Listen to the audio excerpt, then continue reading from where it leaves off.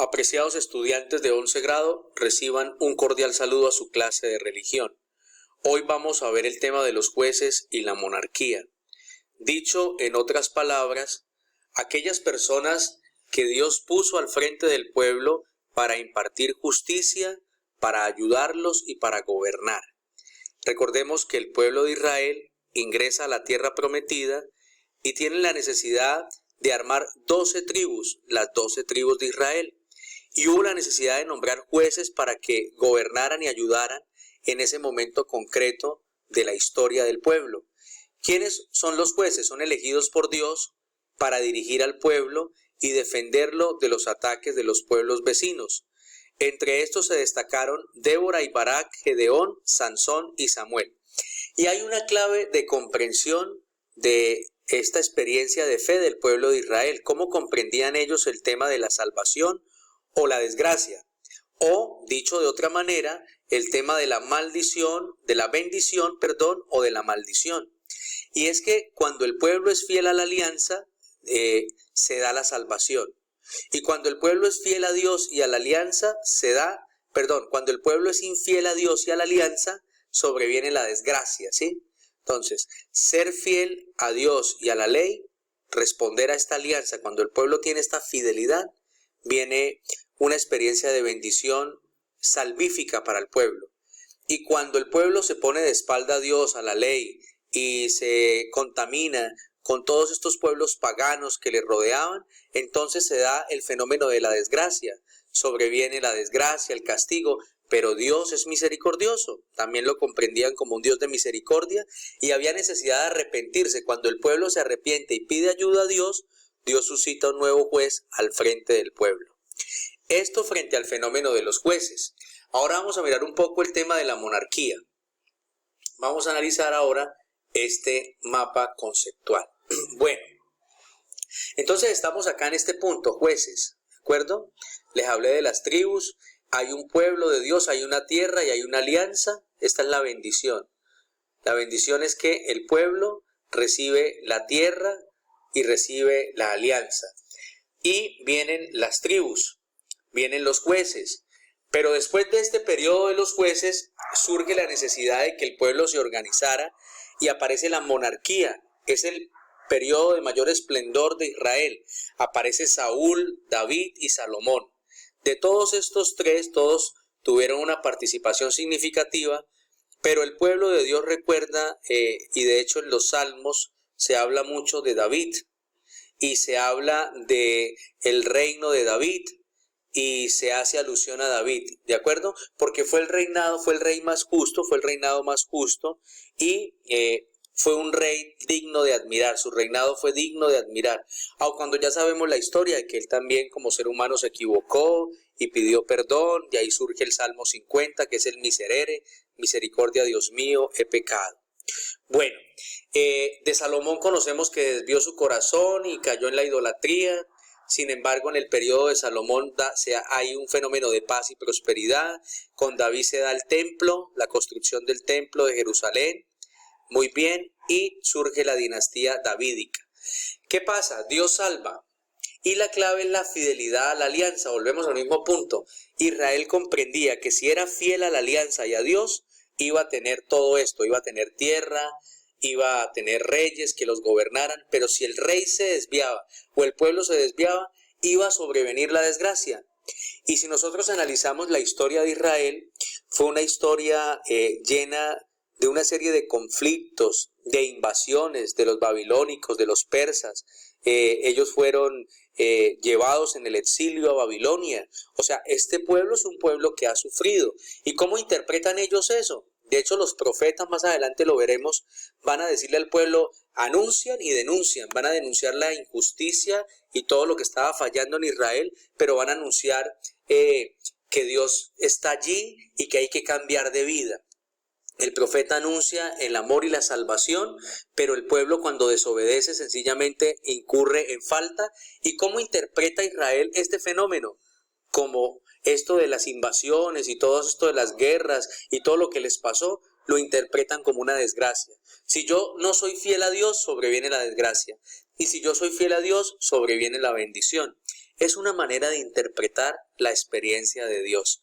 Bueno, hasta aquí podemos analizar el tema de los jueces y la monarquía. Ahora vamos a hacer una aplicación a la realidad actual. Vamos a pensar un poco, queridos estudiantes, en la justicia y de manera especial en los jueces colombianos, en la justicia en Colombia. Y vamos a pensar un poco en el tema de nuestros gobernantes. Yo siempre he creído que el pueblo elige a sus gobernantes con el deseo de que éstos le gobiernen bien, y que un gobernante en últimas es alguien que la vida pone al frente para que en su misión, dirigido con sabiduría, con amor, con justicia, dirigido también por esa experiencia de Dios, si le vamos a poner fe a esto, ellos deben guiar los destinos de los pueblos. Y la misión de la política no es otra que el bien común. Eso es política. La política tiene un interés y es que todos podamos tener lo justo, lo necesario y que estemos bien. Tristemente, los gobernantes y los jueces de nuestro país muchas veces no hacen honor a esa justicia y a esa sabiduría divina. Y en muchos momentos el corazón de estas personas se inclina hacia las propuestas equivocadas, hacia la corrupción y se dejan comprar. Y entonces terminan sacando de la cárcel a pillos o haciendo de la justicia una justicia ciega, una justicia débil, una justicia que muchas veces da risa, que es irrisoria, y podemos ver cómo el sistema de justicia en nuestro país en muchos momentos ha fallado. Y muchos jueces por dinero se dejan comprar. Han perdido el horizonte, han perdido la razón de ser. Pero también vemos gobernantes, alcaldes, gobernadores, políticos de turno, el presidente, qué sé yo, por poner ejemplos de toda esta gente que sencillamente olvidan al pueblo, que sencillamente los hemos elegido porque es que en Colombia se da el fenómeno de todo este tema de la corrupción, incluso en las votaciones, de cómo compramos votos, de cómo la gente compra conciencias, regala dinero, mercados para ser elegidos y estar en el poder. ¿Y esto qué genera? Pues que el gobernante de turno llegue al gobierno a robar. Y entonces no podemos hablar que vivamos periodos de esplendor y de gloria cuando tenemos gobernantes que se roban el dinero del pueblo. Y no podemos hablar de un país justo cuando nuestros jueces son corruptos y se dejan comprar por dinero. Esto yo quiero que lo aterricemos a la vida, porque yo sí le quiero pedir a Dios que suscite jueces justos y que suscite políticos o gobernantes de verdad según su corazón.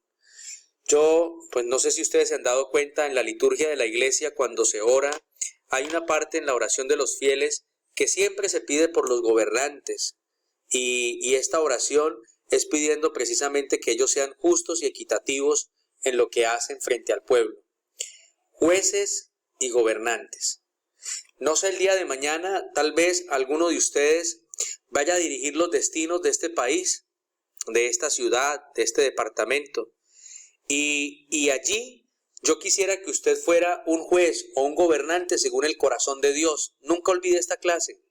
Necesitamos personas que le aporten a la sociedad, que no se roben la plata del pueblo. Necesitamos líderes según el corazón de Dios, elegidos también por Él para gobernar. Necesitamos cambiar esa justicia irrisoria o esa justicia que se compra con dinero y empezar a suscitar de verdad una justicia, valga la redundancia, que sea justa y que se deje mover por la sabiduría de Dios. Y necesitamos gobernantes justos, necesitamos gobernantes honrados, honestos, que no se roben la plata del pueblo. Tal vez ese era el querer de Dios con estas personas que estaban allí en Israel liderando. Y algunos de ellos lo hicieron muy bien y fueron instrumentos de Dios para el pueblo. Otros se equivocaron. Sin embargo, Dios siempre suscitó estos líderes para que fueran oportunos y fueran una bendición para su comunidad. Quiero dejar esta enseñanza hoy, queridos estudiantes, porque deseo de todo corazón Que en las pequeñas acciones de la vida o en las grandes sean justos, sean sabios y sepan dirigir, y sepan gobernar, y sepan dar todo para el bien común y no para aprovecharse de los intereses de la comunidad y hacer de lo que es comunitario un interés individual y egoísta. Los animo en el nombre de Dios a ser líderes del pueblo. Los animo a ser jueces justos, quien lo vaya a hacer como desde este rol, ¿de acuerdo? Si alguno va a ser político, sea justo, pero en la vida normal, natural, social, todos somos seres políticos, lo dirán los filósofos. Entonces, desde tu ser político, sé justo, sé honrado y sé un buen gobernante de lo que la vida te dé. Dios te bendiga y una feliz semana para todos.